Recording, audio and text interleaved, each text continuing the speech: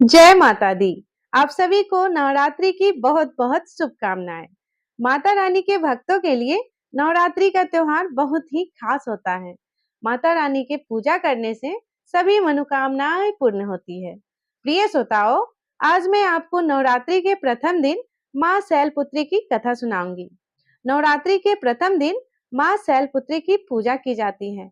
यदि उचित ढंग से की जाए तो शैलपुत्री की पूजा से मूलाधार चक्र जागृत किया जा सकता है। शैलपुत्री देवी सती का रूप है।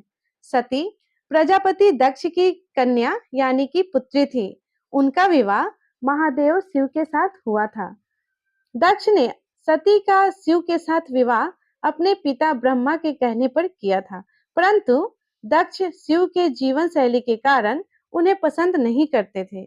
एक बार दक्ष ने एक बहुत बड़े यज्ञ का आयोजन किया। इस यज्ञ में दक्ष ने शिव जी को आमंत्रित नहीं किया। जब सती को ज्ञात हुआ कि उनके पिता ने एक ऐसे यज्ञ का आयोजन किया है जिसमें सभी देवी देवताएं आमंत्रित हैं, तो उन्होंने भी शिव जी के सामने पिता के यहाँ जाने की इच्छा व्यक्त की।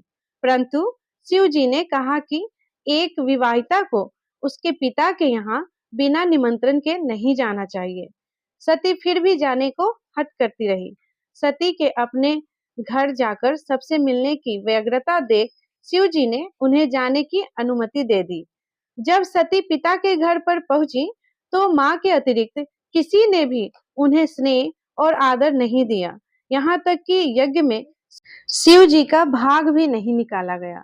जब सती ने पिता दक्ष से इसका कारण पूछा तो दक्ष ने उत्तर दिया कि शिव बाघांबर धारण करता है, मुंडियों की माला पहनता है, वो देवताओं के साथ बैठने योग्य नहीं है। पति के लिए ऐसा अपमानजनक शब्द सुनकर सती को बहुत दुख हुआ और उन्हें भयंकर क्रोध आया। उन्हें समझ आ गया था कि शिव जी की बात ना मानकर उन्होंने बहुत बड़ी गलती की है। भयंकर क्रोधाग्नि में सती ने स्वयं को उसी क्षण समाप्त कर दिया। इस भयानक घटना को सुनकर शिव जी ने अपने गणों को वहां भेजा और यज्ञ को पूर्णतः विध्वंस करा दिया। शिव जी क्रोध में आकर तांडव करने लगे और सती के शरीर को लेकर दिशाओं में भ्रमण करने लगे। संपूर्ण ब्रह्मांड इस दृश्य को देखकर भयभीत हो गया। तब भगवान विष्णु ने सती के शरीर को टुकड़े कर दिए। ये टुकड़े जिन स्थानों पर गिरे वो स्थान ही आज शक्तिपीठ कहलाते हैं। माता सती ने अगला जन्म शैलराज हिमालय के पुत्री के रूप में लिया, इसलिए ही उनका नाम शैलपुत्री पड़ा। उन्हें पार्वती और हेमवती भी कहा जाता है। तो यह थी माँ शैलपुत्री की कहानी। अब आइए पूजा विधि जानते हैं। नवरात्रि का शुभारंभ कलश स्थापना के साथ किया जाता है। यह कलश 9 दिन तक स्थापित रहता है। इसके लिए सबसे पहले एक लकड़ी की चौकी को साफ करके इस पर लाल रंग का कपड़ा बिछाएंगे। इस चौकी पर माँ दुर्गा का फोटो रखेंगे।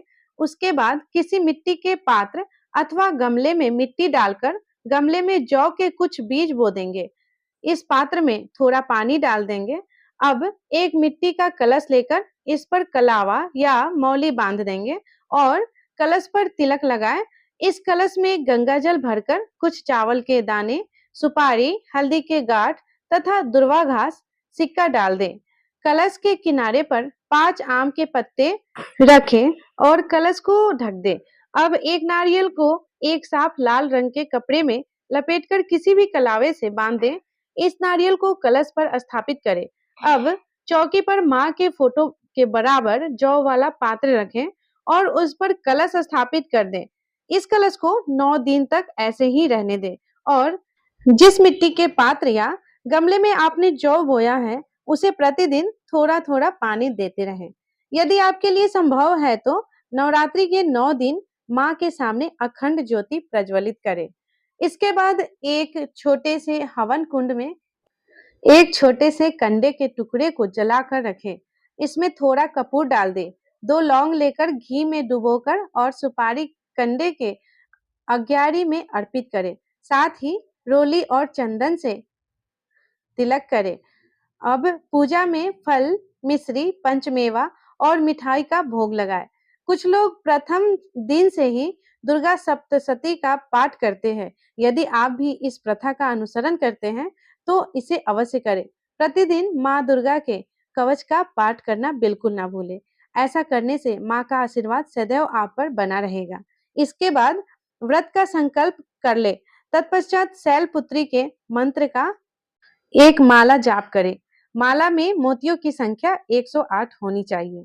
माँ शैलपुत्री का मंत्र इस प्रकार है: ओम सम शैलपुत्री दिव्यई नमः।